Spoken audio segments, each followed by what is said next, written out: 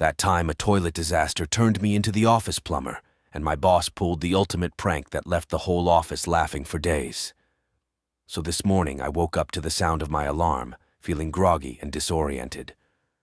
I groaned and rolled out of bed, stumbling to the bathroom. As soon as I flipped on the light, I noticed that the toilet was clogged. Great. I figured it wouldn't take too long to fix, so I grabbed the plunger and got to work. After a few minutes of no success, I started to get frustrated.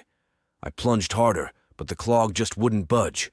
I even tried using a coat hanger to break it up, but that didn't work either. By this point, I was running late for work and starting to panic.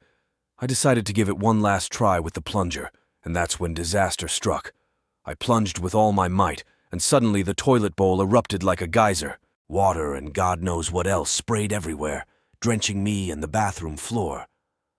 I stood there in shock for a moment, then sprang into action, grabbing towels and trying to mop up the mess. By the time I had everything cleaned up, I was already late for work. I threw on some clothes and ran out the door, arriving at the office a good half-hour late. My boss, who is usually pretty understanding, asked me why I was late. In my flustered state, I blurted out the whole story about the clogged toilet and the ensuing disaster.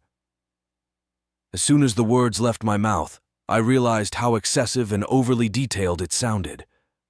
My boss just stared at me for a moment, then burst out laughing.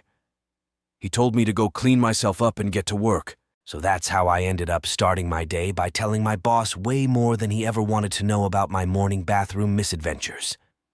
Here's the kicker, though. Later that day, my boss called me into his office. I was sure I was going to get a lecture about professionalism. Instead, he handed me a plunger with a note attached. For next time. Turns out my boss is a bit of a prankster and decided to have a laugh at my expense. I guess I'll be the office's unofficial plumber from now on.